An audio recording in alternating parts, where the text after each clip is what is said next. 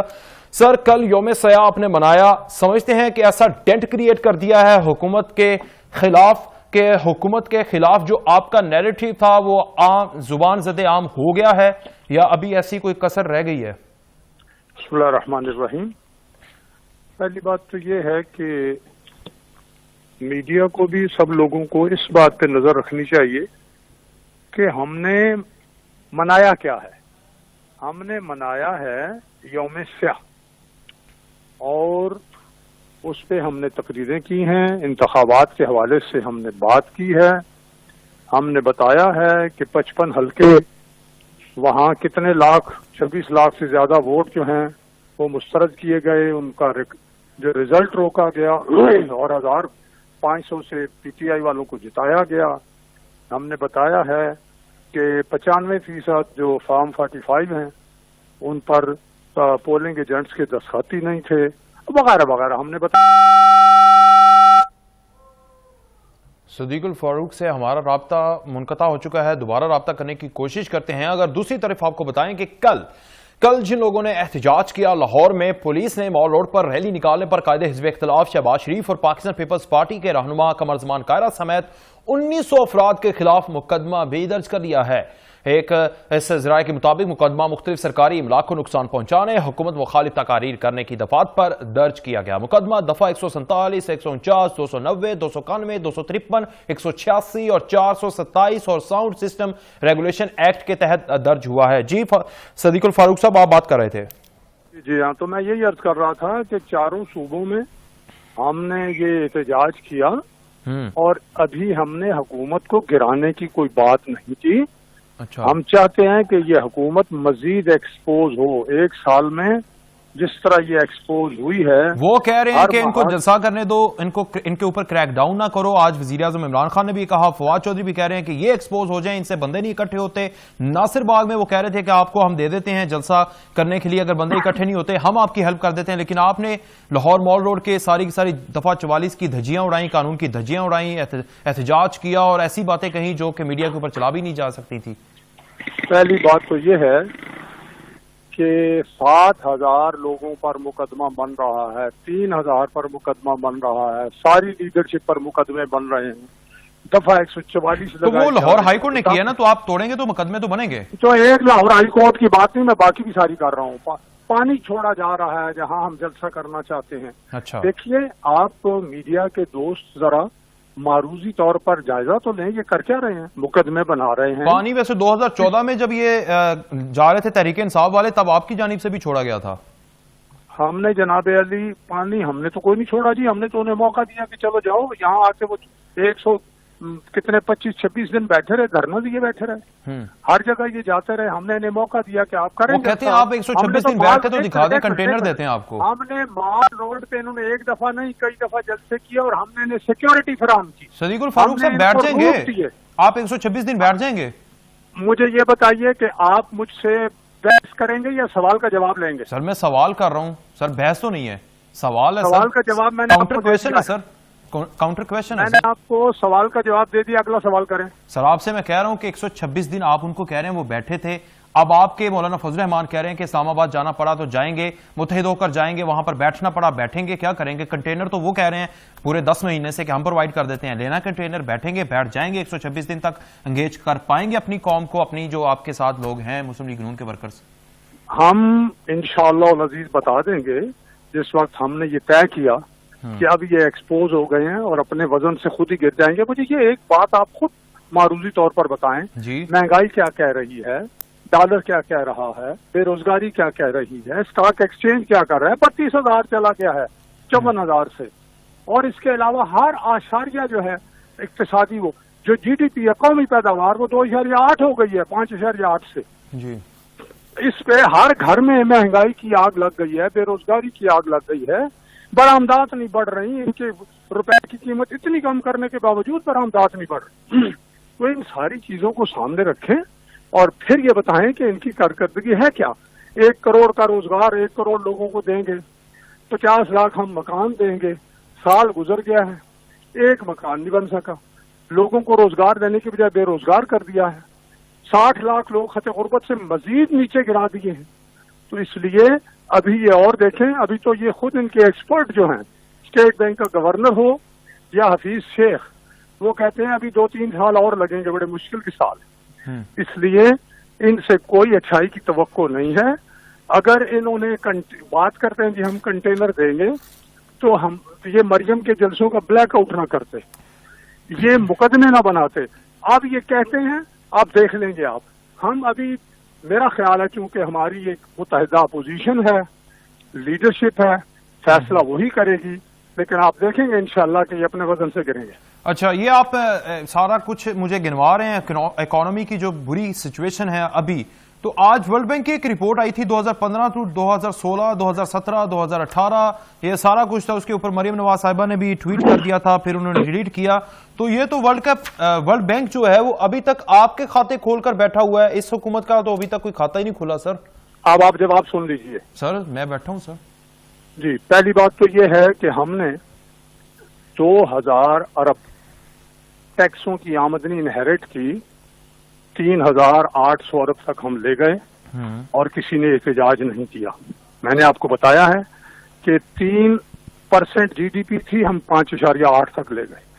6 ارب dollar ہم نے inherent کیے، 24 ارب ڈالر تک ہم فاریکس ریزرو لے گئے۔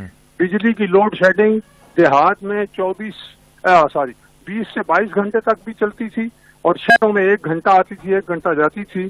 پھر 12,000 میگا واٹ بجلی ہم نے ماشاءاللہ پیدا کی، اور یہ سب مان رہے ہیں۔ جی صحیح ہے۔ اس کے علاوہ سی پیک اور انفراسٹرکچر آپ دیکھ لیجیے گا۔ باقی میں نے اشاریہ آپ کو، ڈالر کی قیمت آپ دیکھ لیں کہ کہاں تھی۔ ٹھیک ہے، اور عراق کے فنڈ بھی آپ نے کھائے۔ بیان جو پارلیمنٹ سے، ایک میں بات اور سر، عراق کے فنڈ بھی آپ نے کھائے، ارتھ کوئک کے فنڈ بھی آپ نے کھائے۔ کون سے؟ ارتھ کوئک کے فنڈ بھی آپ نے کھائے، انٹرنیشنل اخباریں بھی آپ کے بارے میں لکھ رہی ہیں۔ ابھی آپ میرے خیال میں ابھی آپ کو اتنا خبر ہی نہیں پہنچی، آپ تو اخبار نویس ہیں، وہ اس کو نوٹس دے دیجیے۔ ہاں، مجھے پتا چل گیا آج شہباز شریف صاحب نے سو کر دیا سر، میں ساری انفارمیشن لے کے بیٹھا ہوں۔ ٹھیک ہے، نوٹس یہ کہیں کہ نوٹس چلا گیا۔ ہاں چلا گیا جی، تو وہ پروو ہو گیا کہ آپ نے نہیں کھائے؟ کیا مطلب؟ نہیں، آپ کہہ رہے ہیں کہ نوٹس ان کو چلا گیا ہے، تو نوٹس سے ان کا الزام ختم ہو گیا۔ اس کو حتیٰ کہ عزت کا نوٹس بھیج دیا ہے، اب اس کو جواب دینے۔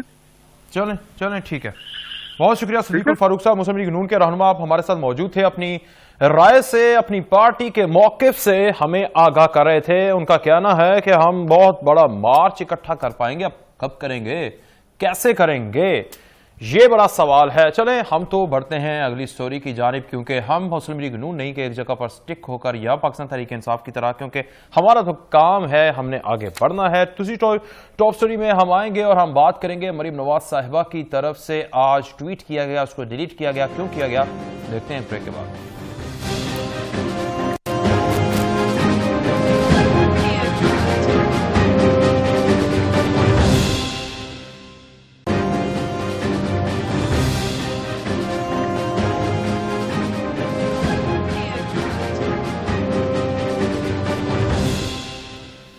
ناظرین، کبھی کبھی ایسا ہوتا ہے کہ غلطی سے ہم غلطی کر جاتے ہیں اور پھر غلطی کو درست کرنے کے لیے ہم ایک اور غلطی کر دیتے ہیں۔ پاکستان مسلم لیگ نون کی جو نائب صدر مریم نواز ہیں اور اس وقت بہت زیادہ متحرک ہیں، ایک جگہ پر تو بہت ہی متحرک ہیں اور وہ ہے ٹویٹر، کیونکہ ان کی ٹویٹ کے بارے میں کہا جاتا ہے کہ یہ وہ ٹویٹ تھیں جنہوں نے نواز شریف صاحب کی سیاست کو ختم کیا۔ اس کے بعد یہ وہ ٹویٹ ہیں جب نواز شریف صاحب جیل میں جاتے ہیں تو ان ٹویٹس کے اوپر ایسا لگتا ہے کہ پوری کی پوری کمپین چل رہی ہے اور پوری قوم ان کے ٹویٹس کو پڑھتی ہے۔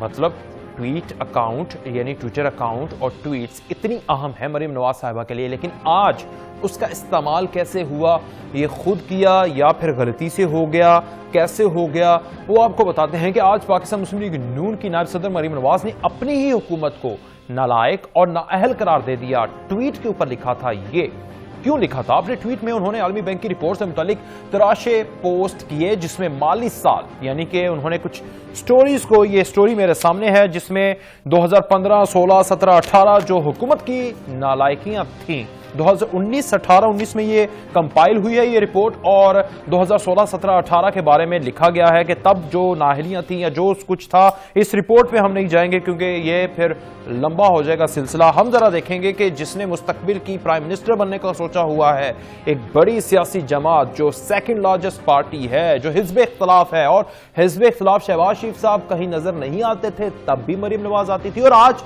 وہ اگر نظر آتے ہیں تو ان سے زیادہ اگر کوئی چیز نظر آتی ہے تو وہ مریم نواز صاحبہ کی پرسنالٹی ہے، ان کی ایکٹیویٹی ہے، ان کا ایکٹیونیس ہے، وہ سارے کا سارا نظر آتا ہے۔ تو وہ اگر ٹویٹ غلط کرتی ہیں تو اس کے اوپر کیا رائے کریٹ ہو سکتی ہے عوام کی، ان کے چاہنے والوں کی، اور ناقدین اس کو کس طرح لیتے ہیں وہ بھی آپ کو بتائیں گے۔ انہوں نے ایک ٹویٹ کی جس میں انہوں نے مالی سال 2015 16 اور 2017 18 تک بجٹ کی جائزہ رپورٹ پیش کی گئی۔ رپورٹ میں عالمی بینک کا کہنا تھا کہ پاکستان کی وزارت خزانہ اپنی ذمہ داریاں نبھانے میں ناکام رہی۔ سوشل میڈیا صارفین کی جانب سے تنقید کیے جانے کے بعد مریم نواز نے اپنی ٹویٹ ڈیلیٹ کر دی، اور اس رپورٹ میں واضح طور پر مسلم لیگ نون کے دور کا ذکر ہے جب نواز شریف وزیر اعظم کے عہدے پر تھے، اور یہی وہ وقت تھا جس کی نشاندہی ورلڈ بینک نے کی۔ عالمی بینک نے اس رپورٹ میں اسی کے دور کے زیادہ تر شعبوں کو انتہائی خراب کارکردگی کا تفصیلی جائزہ پیش کیا ہے، یعنی کہ اس ساری رپورٹ کے اندر مسلم لیگ نون کے دور حکومت کی انتہائی خراب کارکردگی کا تفصیلی جائزہ پیش کیا۔ عالمی بینک نے یہ جائزہ یورپی یونین کے ساتھ مل کر پیش کیا تھا۔ اب اس کے اوپر ایسا کیسے ہو سکتا ہے کہ بھائی حکومت چپ رہے، کیونکہ ٹویٹ کیا ہے اس کو پھر ڈیلیٹ کیا ہے اور اپنے ہی لوگوں کے اوپر یعنی اپنے ہی پاؤں میں کلہاڑی مارنے کے مترادف تھا۔ تو ماضی جو آپ کے حریف ہیں وہ تو اس کا بہت زیادہ مذاق اڑائیں گے، اور اس کے اوپر وہ کیا کہیں گے سن لیتے ہیں، دیکھ لیتے ہیں۔ فیاض الحسن چوہان نے کہا کہ مریم صفدر کے ٹویٹس نے ہی نواز شریف کو اس حد تک پہنچایا ہے۔ مریم صفدر کی جال سازی کی ایک اور خبر صبح سے بریک ہو رہی ہے۔ P T I social media صارفین کی جانب سے مریم نواز کو شدید تنقید کا نشانہ بنائے گا۔ پاکستان تحریک انصاف کے رہنما اور سینیٹر فیصل جاوید نے بھی مریم نواز کو خوب آڑے ہاتھوں لیا۔ فیصل جاوید نے ٹویٹ کرتے ہوئے کہا کہ لیگی حکومت کی بدترین کارکردگی بے نقاب کرنے پر آپ تحسین کی مستحق ہیں۔ مریم بی بی آپ نے شاندار کارنامہ سر انجام دیا۔ ٹرولنگ ٹائپ وہ آپ کو سلام پیش کرتے ہیں۔ فیصل جاوید نے سینیٹر صاحب نے مزید کہا کہ سچ بولنے کے لیے یقیناً حوصلہ درکار ہوتا ہے۔ ایک اور ٹویٹ میں فیصل جاوید نے کہا کہ اچھا ہوا آپ نے سچ بولا، براہ مہربانی پاکستان مسلم لیگ نون کی حکومت کو بے نقاب کرتی رہیں۔ فیصل جاوید نے مریم نواز پر تنقید کرتے ہوئے کہا کہ ہم آپ کے اس اقدام کی حوصلہ افزائی کرتے ہیں۔ ہم تو یہ سب باتیں بہت لمبے عرصے سے کر رہے تھے کہ آپ کی حکومت نااہل ہے، آپ کی حکومت یعنی کہ مسلم لیگ نون کی ماضی کی حکومت، اس میں انتہائی خراب کارکردگی کی پرفارمنس دکھائی گئی ہے، خراب کارکردگی دکھائی گئی ہے۔ لیکن آج آپ نے جو ٹویٹ کیا Faisal Javed senator P T I کے، ان کے مطابق انہوں نے حکومتی موقف کی تائید کی اور آخرکار آپ بھی مان گئے، فیصل جاوید یہ کہہ رہے تھے۔ اس کے علاوہ بھی کئی سوشل میڈیا صارفین نے مریم نواز پر تنقید کی۔ ایک صارف نے تو یہ تک کہہ دیا کہ مریم نواز نون لیگ بربادی تک چین سے نہیں بیٹھیں گی، یعنی کہ جب تک نون لیگ برباد نہیں ہوتی یہ چین سے نہیں بیٹھیں گے۔ ایک صارف نے یہ بھی کہا کہ سفارش سے پاس ہونے والے لوگ ایسے ہی ہوتے ہیں، یعنی کہ ان کی ایجوکیشنل جو ایبلٹی ہے اس کے اوپر بھی سوالیہ نشان اٹھائے جا رہے تھے۔ اب مریم نواز صاحبہ کو سوچنا پڑے گا کہ اگر وہ بہت بڑی لیڈر بننا چاہتی ہیں اور جو وہ بننے کی کوشش کر رہی ہیں اور عوام بھی ان کے ساتھ ہے، تو پھر وہ ہیڈ لائنز نہیں بلکہ جو خبر کے اندر لکھا ہوا ہے اس کو پڑھ کے، کیونکہ آپ اگر ٹویٹر کے اوپر زندہ ہیں تو اس کو اپنی زندگی سمجھیں اور اپنی زندگی کو اتنا اجیرن نہ کریں اپنے ہی ہاتھوں کہ لوگ آپ کے ناقدین اور اسپیشلی پاکستان تحریک انصاف آپ کی زندگی کو مزید اجیرن کرتے ہیں. آگے بڑھتے ہیں ٹاپ سٹوری 3 کی جانب اور بات کرتے ہیں اپنے ہمسائے ملک جو کہ دشمنان اسلام مسلمان بنا ہوا ہے. وہ کیسے بنا ہوا ہے وہ آپ کو بتاتے ہیں کہ وہاں پر کیا ہو رہا ہے, ان کی سپریم کورٹ کیا کہہ رہی ہے, یونائٹڈ نیشن کیا کہہ رہی ہے, وہاں پر مسلمانوں کا کتنا برا حال ہے وہ بتائیں گے. لیکن ہندو مذہب کو ذرا دیکھ لیتے ہیں کہ ہندو مذہب کے خلاف نہیں ہیں ہم, ہندو مذہب کے خلاف نہیں, لیکن جو ہندو مذہب کو یوز کر کے مسلمانوں یعنی اسلام کے خلاف پروپیگنڈا کر رہے ہیں ہم ان کے خلاف ہیں. اپنے اسلام سے, اپنے قرآن سے آپ کو پہلے ایک آیت پڑھ کر سنا دیتے ہیں, اس کا ترجمہ سنا دیتے ہیں. سورۃ بقرہ کی آیت 256 ہے, اس میں یہ لکھا ہے اللہ تعالیٰ نے کہ دین اسلام میں زبردستی نہیں ہے, ہدایت صاف طور پر ظاہر اور گمراہی سے الگ ہو چکی. تو جو شخص بتوں سے اعتقاد نہ رکھے, دین اسلام میں زبردستی نہیں ہے, جو شخص بتوں سے اعتقاد نہ رکھے اور خدا پر ایمان لائے اس نے ایسی مضبوط رسی ہاتھ میں پکڑ دی ہے جو کبھی ٹوٹنے والی نہیں, اور خدا سب کچھ سنتا اور سب کچھ جانتا ہے. آیت 256 سورہ بقرہ, جس میں اللہ تعالیٰ فرماتے ہیں کہ دوسرے مذہبوں کے اوپر کسی قسم کی کوئی زبردستی نہیں ہے دین اسلام کے اندر. اور ایسا دیکھنے کو بھی ملا ہے کہ مسلمان اتنی پابندیاں نہیں لگاتے, لیکن وہاں پر کیا ہو رہا ہے ذرا پہلے دیکھ لیں. ایک شخص کے بارے میں وہ دیکھ لیں کہ کس طرح اس کو ایسے مذاہب اپنے مذہب کے نعرے لگوائے جا رہے ہیں. اس نے ٹوپی پہنی ہوئی ہے, وہ آپ خود دیکھیں ذرا. جے شری رام بول. جے شری رام تو بولا یار. بولا نہیں, بول جے شری رام. جے شری رام بول جے شری رام. بولو بھگوان رام چندر کی جے. ادھر بول جے شری رام. جے شری رام. جے شری رام. جے شری رام. بول جے شری رام. کاٹ دوں گا, کاٹ دوں گا, کاٹ تمہاری کاٹ. چل گیٹ آؤٹ. بھارت سے تعلق رکھنے والے کچھ لوگ جب یہ ہماری ہم انڈیا کے بارے میں بات کرتے ہیں, اسپیشلی ہندوؤں کے بارے میں کہ کس طرح وہ مسلمانوں کو وہاں پر زد و کوب کرتے ہیں, تو وہ ہمیں بہت زیادہ تنقید کا نشانہ بناتے ہیں. ایون ہمیں بھی, مجھے بھی گالیاں دیتے ہیں. تو ان کے لیے ہے کہ بھائی میں خود سے بات نہیں کرتا. یہ آپ کے سامنے کلپ ہے جو ہم نے چلایا ہے, اور نیکسٹ کلپ دیکھیں, روح کانپ جاتی ہے. یہ دیکھیے گا ذرا, یہ کلپ دیکھیے گا. جے شری رام بولے. بول جے شری رام. بول جے شری رام. جے شری رام بول. جے شری رام بولے. جے شری رام بول. بول. دکھ رکھا ہے. بول جے شری رام. بول. بول جے شری رام بول. جے شری رام بول. جے شری رام بول. جے شری رام بول. جے شری رام بول. بول. بول جے شری رام. دکھ رکھا ہے. جے شری رام بول. نہ تو رے ہاتھ آس کر دیکھ چھاڑی تو رے. بول. بول جے شری رام بول. جے شری رام بول.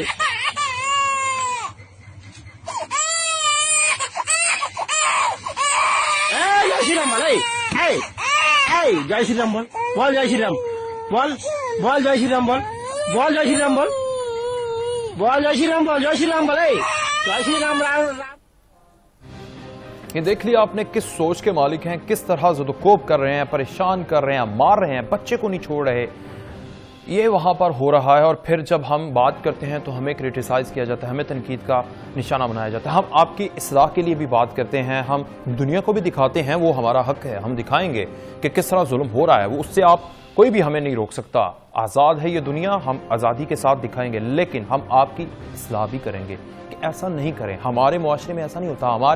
ہمارے ملک کے اندر ایک وزیر اطلاعات پنجاب, پہلے بھی بات کر چکا ہوں, سابق وزیر اطلاعات پنجاب, وہ ہندوؤں کے بارے میں پلوامہ اٹیک اور یہ ساری انسرجنسی چلی تھی نا, جب تب اس نے بات کی تھی تو اس کو سٹیپ ڈاؤن کرنا پڑا تھا. بہت اہم منسٹر تھا وہ پاکستان تحریک انصاف کی حکومت کے لیے, بہت زیادہ ضروری تھا, اس کو سٹیپ بیک کروا دیا اسی ایک بول کے اوپر کہ بھائی ایسے نہیں کر سکتے. بلاول بھٹو زرداری, ان کے ساتھ ہمارے پولیٹیکلی بہت زیادہ اور یہ پاکستان تحریک انصاف کے ہو سکتے ہیں, اختلافات ہو سکتے ہیں, ہم بھی ان کے اوپر تنقید کرتے ہیں, لیکن وہ آپ کی جو ہندوؤں کی ہولی ہوتی ہے یا دیوالی ہوتی ہے, آئی ڈونٹ نو, لیکن وہاں پر وہ جاتے ہیں. یہ میں خود سے نہیں کہہ رہا, آن ریکارڈ ہے. وہ بڑے ہیں, وہ پاکستان کے بڑے پولیٹیکل لیڈر ہیں, بڑی سیاسی جماعت کے, اور نیکسٹ پرائم منسٹر کا بھی وہ سوچ رہے ہیں, کمپین چلاتے ہیں. وہ اس طرح کی مینٹیلٹی رکھتے ہیں. اس کے علاوہ اگر جو فلنتھراپسٹ دیکھ لیں تو اس میں اگر ہم بات کریں ایڈی صاحب کی, تو تو انہوں نے اپنے گھر کے اوپر ایسا کچھ رکھا ہوا تھا کہ جو ہندو تھے ان کے لیے بھی عبادت گاہ بنائی ہوئی تھی، ان کو آزادی کے ساتھ عبادت کرنے کی اجازت دی جاتی تھی۔ سندھ کے اندر پیپلز پارٹی کی حکومت ہے، پیپلز پارٹی کو بہت ہم تنقید کا نشانہ بناتے ہیں، لیکن وہاں پر ہندوؤں کی میجورٹی موجود ہے ہمارے ملک میں، بڑے آسان کے ساتھ آزادانہ طریقے کے ساتھ وہ وہاں پر رہ رہے ہیں، تو یہ تھوڑا سا تبدیل ہونا چاہیے۔ آج بات کر لیتے ہیں کہ بھارتی سپریم کورٹ نے ہجوم کے ہاتھوں شہریوں کی ہلاکت پر حکومت سے جواب طلب کر لیا ہے۔ یہ ایک اور دوسرا ایشو ہے کہ ہجوم اکٹھا ہو کر شہریوں کو مار دیتا ہے، جواب طلب کر لیا ہے حکومت سے۔ بھارتی سپریم کورٹ نے ہجوم کے ہاتھوں شہریوں کی ہلاکت پر جواب طلب کیا۔ بھارتی میڈیا کے مطابق سپریم کورٹ نے مرکزی حکومت سمیت 10 ریاستوں کو بھی اس حوالے سے نوٹس جاری کیے ہیں، جن میں حکومتوں سے ہجوم کے ہاتھوں شہریوں کی ہلاکتوں کے واقعات کی روک تھام کے لیے اٹھائے گئے اقدامات سے متعلق وضاحت طلب کی گئی ہے۔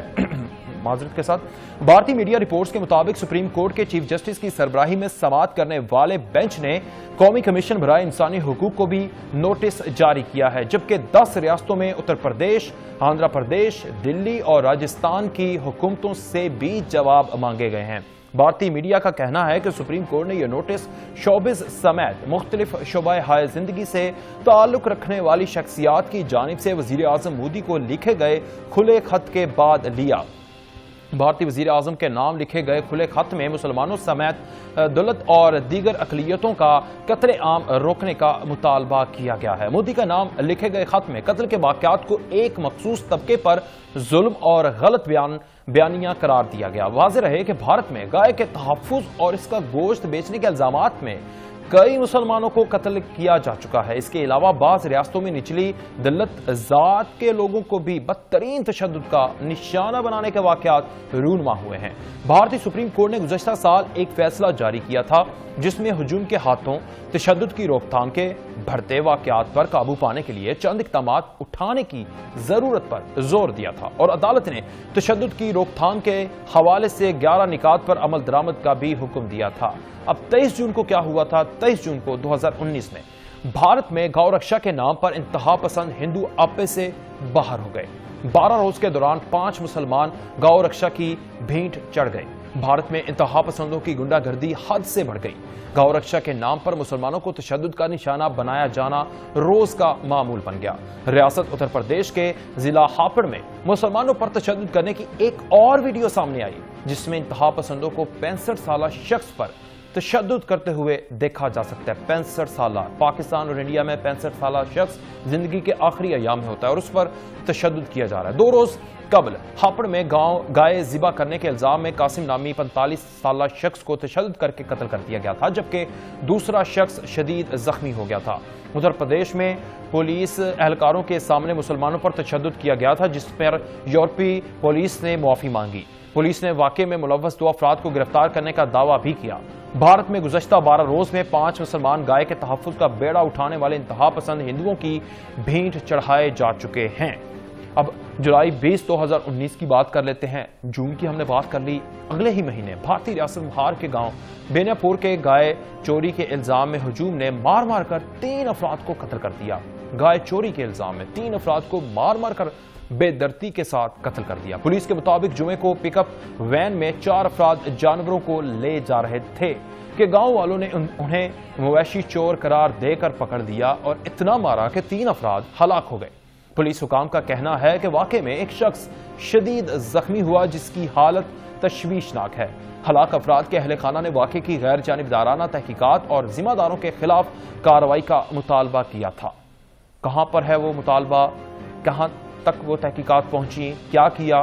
کچھ بھی نہیں، کیونکہ جن لوگوں نے مارا وہ تو یہ سارے گاؤں رکشا اور یہ سارے کا سارا جو نیریٹو چل رہا ہے مسلمانوں کے خلاف اس کو لے کر چل رہے ہیں، اور وہاں پر قانون نافذ کرنے والے ادارے ایڈمنسٹریشن وہ بھی ان کا ساتھ دیتی ہے۔ خاموشی اختیار کرنا بھی ایک جرم ہے۔ سپریم کورٹ انڈیا کی بھی پوچھ رہی ہے کہ بھائی لوگ مشتعل ہو کر ہجوم میں اکٹھے ہو کر ایک شخص کو پکڑ لیتے ہیں، اس کو مار لیتے ہیں۔ ایسی بے شمار ویڈیوز ہیں، یہاں پر دکھانے لگیں تو یہ سارا پروگرام کیا میں رات تک یہیں پہ بیٹھا رہوں تو وہ ختم نہ ہو، جتنے ظلم ہو چکے ہیں اور حالیہ دنوں میں ہو چکے ہیں۔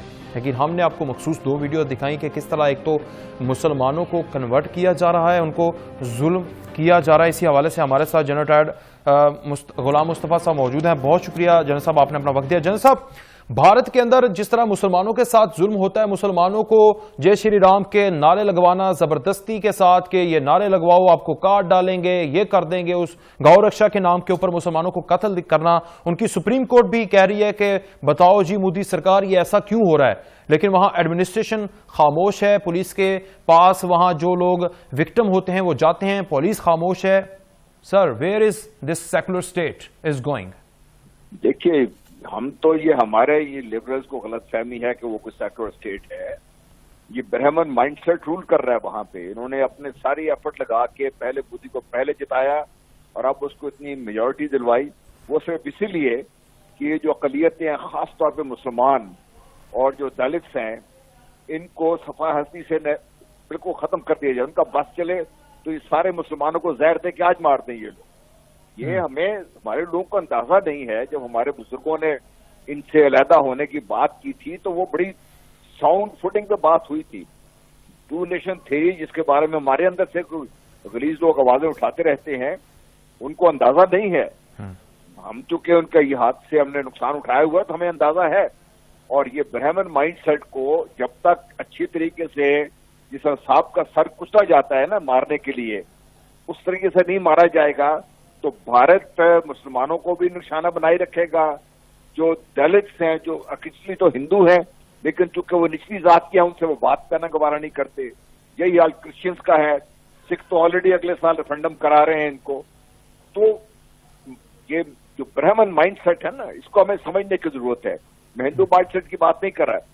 یہ برہمن ہے جو سمجھتا ہے کہ ہر چیز طاقت کے ذریعے حل کی جا سکتی ہے، اور اس خطے پہ بھارت میں جو بھی آپ کہہ لیجئے صرف برہمن ہی کو رول کرنے کا حق ہے۔ اور چونکہ مسلمانوں نے ان کو عقل دی، ان کو ہوش دی، ان کو کچھ سمجھایا اور ان کو انسان بنانے کی کوشش کی، یہ اس سے ان کے خلاف ہے اور مسلمانوں کو ختم کرنا چاہتے ہیں۔ ہمارے مسلم بھائیوں کے ساتھ جو وہاں پہ ظلم ہو رہا ہے، ڈیلی کے حساب سے جو ہم چیزیں دیکھ رہے ہیں اور جو کچھ ہو رہا ہے وہاں پہ، تو یہ سیکولرزم تو آپ چھوڑ دیں، یہ تو بھارت کا اپنا وجود خطرے میں ہے اور یہ ٹکڑے ٹکڑے ہوگا۔ اس طریقے سے یہ کام کر رہے ہیں اور اس کو ہونا بھی چاہیے۔ یہ غیر بھارت کا اپنا جی جنرل صاحب بہت شکریہ۔ غلام مصطفیٰ، جنرل ریٹائرڈ غلام مصطفیٰ صاحب آپ ہمارے ساتھ موجود تھے۔ بھارت کا اپنا وجود خطرے میں ہے، یہ ٹکڑے ٹکڑے ہو سکتا ہے اگر اسی طرح یہ باربیرین اسٹیٹ کی طرح ایکٹ کرتا رہا۔ جنرل غلام مصطفیٰ صاحب بہت شکریہ آپ کا، آپ اپنی رائے سے ہمیں آگاہ کر رہے تھے۔ آج کی ٹاپ سٹوری سے اتنا ہی، کل تک کے لیے اجازت دیجیے، اللہ حافظ۔